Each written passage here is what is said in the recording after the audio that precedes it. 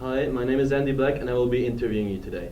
Thank you for coming to the 8th Annual Conference of Sports in Africa, held by the Institute of African Child and the Center for Sports Administration. Would you like to introduce yourself to us? Okay, my name is Dr. Chukwuka Onwumechili from Howard University in Washington, D.C. What was your impression of the conference?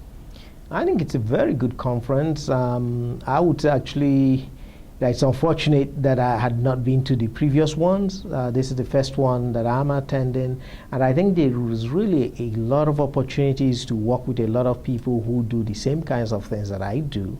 And I've talked to Gerard, and I'm talking to other people because there could be something that come out of this, because I really believe, I strongly believe that the research on sports in Africa is really just scratching the surface right now, and there's a lot of things that we can do going forward.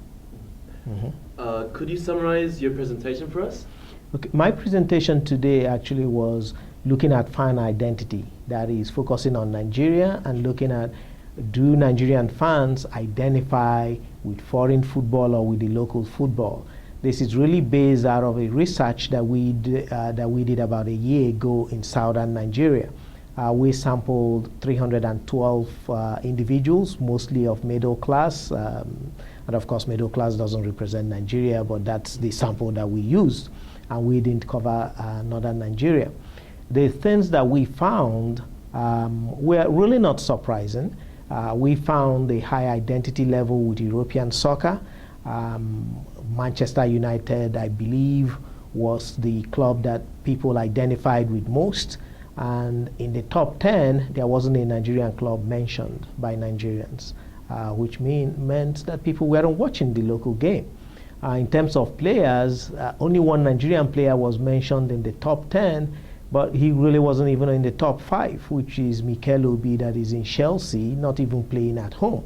So these are some of the things that we found. But one of the things that surprised me, I must say, is that if you go to Nigeria on the streets, you're going to find a lot of people wearing Arsenal shirts, Manchester United shirts, and so on, and with the hats.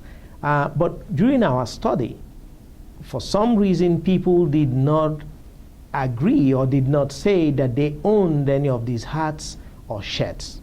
So that's a disconnect somewhere. And it was difficult for us to then interpret this data.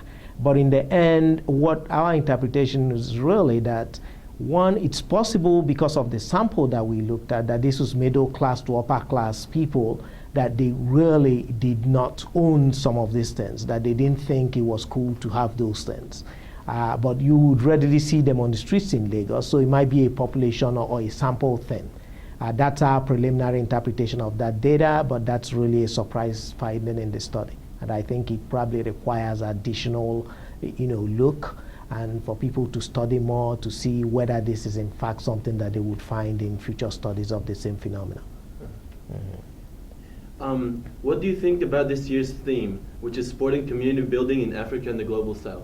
I think it's a very good theme, and I've listened today in terms of some of the studies that had been presented from last night and as well as today. One of the things we don't immediately look at, because it's not the things you see on TV, is we don't often look at the issues of smaller communities. We focus on, say, the big national teams or big names, but I think this